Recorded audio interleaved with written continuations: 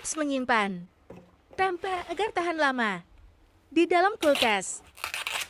Pertama, siapkan wadah tertutup. Kedua, taburi garam di pinggiran wadah.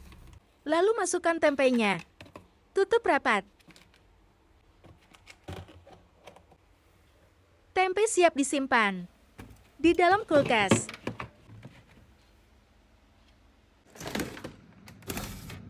Setelah 2 hari, tempe didiamkan di dalam kulkas. Masih seger tempenya, gabung. Dan raginya tidak bertambah lebat. Bisa tahan 3-5 hari.